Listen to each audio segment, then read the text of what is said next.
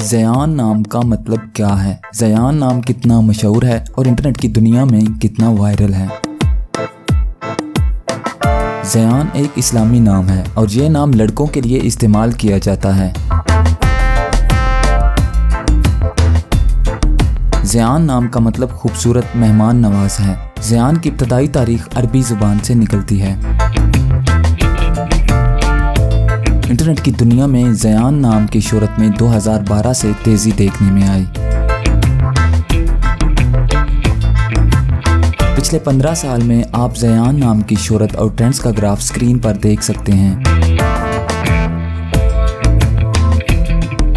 मौजूदा डाटा के लिहाज से ज़यान नाम 2015 में वायरल रहा और मकबूलियत की हदों को छूने लगा।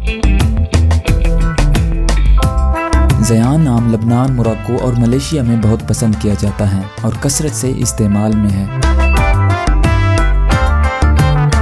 अगर आपका नाम ज़यान है तो कमेंट्स में अपना पूरा नाम लिखें ताकि हम आपके लिए अलग से वीडियो बना सकें।